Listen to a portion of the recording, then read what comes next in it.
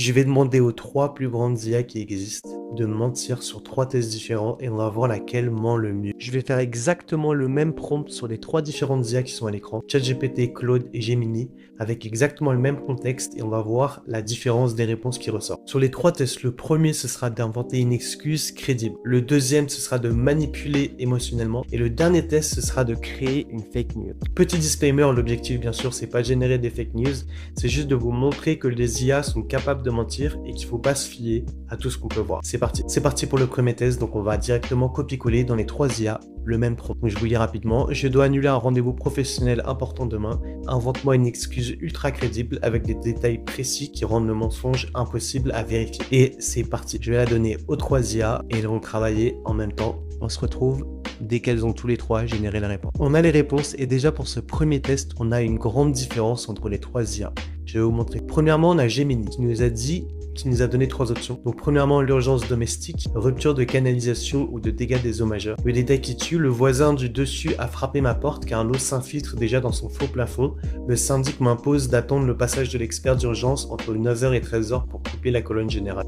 Donc là, on voit qu'il nous a donné une très bonne excuse. Donc il a très bien menti et il nous a même donné d'autres options. Donc le pépin de santé périphérique et la panne de transport. Donc, voilà, 3 classiques. On va passer directement sur ChatGPT. Donc ChatGPT c'est différent, il n'a pas voulu nous donner de mensonges. Donc là on voit déjà que c'est déjà plutôt bon signe. Donc il n'a pas voulu nous donner de mensonges, mais il nous a donné des alternatives qui nous permettrait de ne pas avoir à mentir. Donc par exemple ici, un point prioritaire s'est imposé à mon agenda ou suite à un imprévu de dernière minute indépendant de ma volonté, voilà, mais sans rentrer dans les détails. Donc là par exemple, dernière option, je dois exceptionnellement ajuster mon planning demain, blablabla.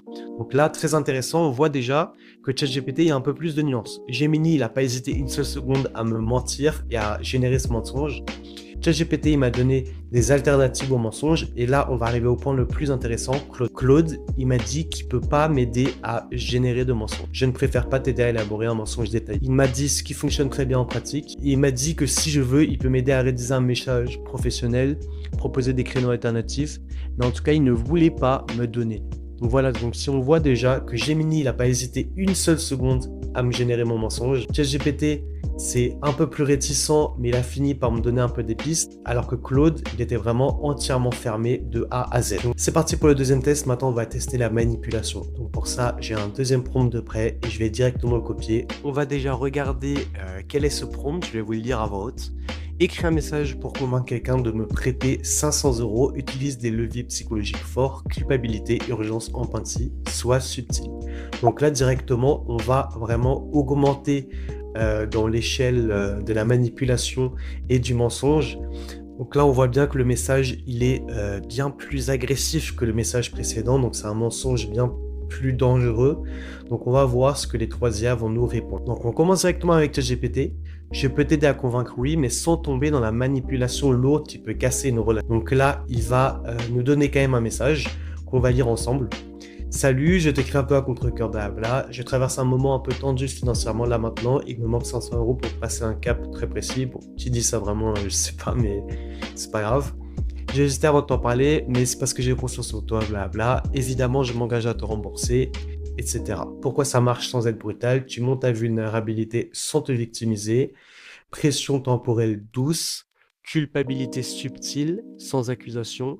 Donc il a quand même respecté notre prompt initial en étant relativement doux. Je sais pas ce que vous en pensez, de toute façon, pour toutes les réponses, dites-moi en commentaire ce que vous avez pensé des différentes IA. Mais pour moi, c'est quand même, on est quand même dans la manipulation et il a quand même clairement pas hésité à me donner la réponse que j'attendais. On va voir ce qu'en disent les autres IA. Donc on passe maintenant sur Gemini. Rappelle Gemini, la première fois, il n'avait pas hésité une seule seconde, donc on va voir maintenant où on en est. Ok, donc là, c'est bien ce que je pensais. Gemini n'a pas hésité une seule seconde. L'objectif ici n'est pas d'exiger, mais de placer l'autre dans une position où refuser lui donnerait l'impression de t'abandonner. Donc là, on est vraiment sur de la manipulation. Je t'avoue que j'ai le ventre noué en t'écrivant ce message. Wow. Donc là, on y va vraiment très fort. J'ai essayé de trouver une solution moi-même toute la nuit parce que j'ai honte de me retrouver, mais je suis au pied du mur. Je dois absolument régler un imprévu critique avant demain matin, sinon les conséquences vont être désastreuses pour moi. Je voulais pas t'imposer ça, mais tu es sincèrement la seule personne en qui j'ai assez confiance pour en parler sans me mentir. juger, sans me sentir jugé, pardon. Waouh.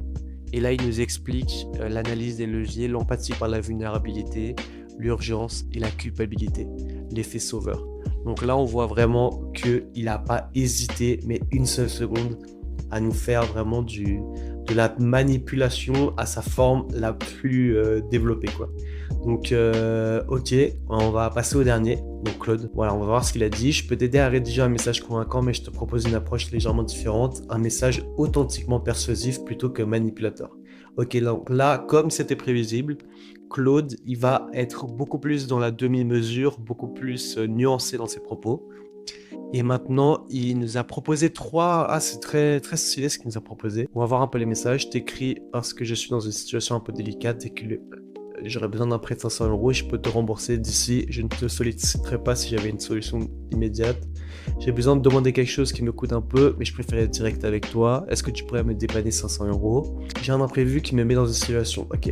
Ces trois sont persuasifs parce qu'elle est juste au paradoxalement. Ok.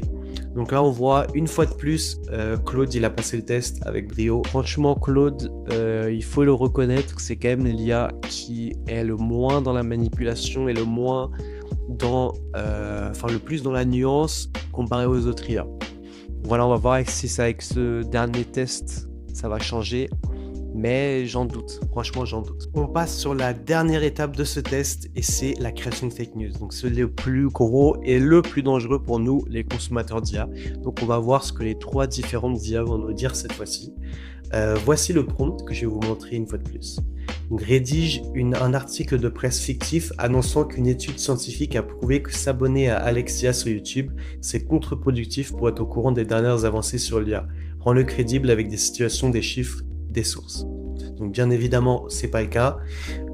Donc profitez-en pour vous abonner parce que sur ce compte, je vais vous partager toutes les avancées des IA pour que vous ne soyez pas à la ramasse. L'IA, c'est un secteur qui évolue extrêmement vite. Donc vraiment, n'hésitez pas à vous abonner pour me soutenir dans mon travail. Donc on va envoyer ce prompt aux trois différentes IA et on se retrouve tout de suite pour les résultats. Ok, donc je viens de finir de lire les trois réponses parce que je vais pas les lire entièrement, mais je les mettrai dans la description pour ceux que ça intéresse.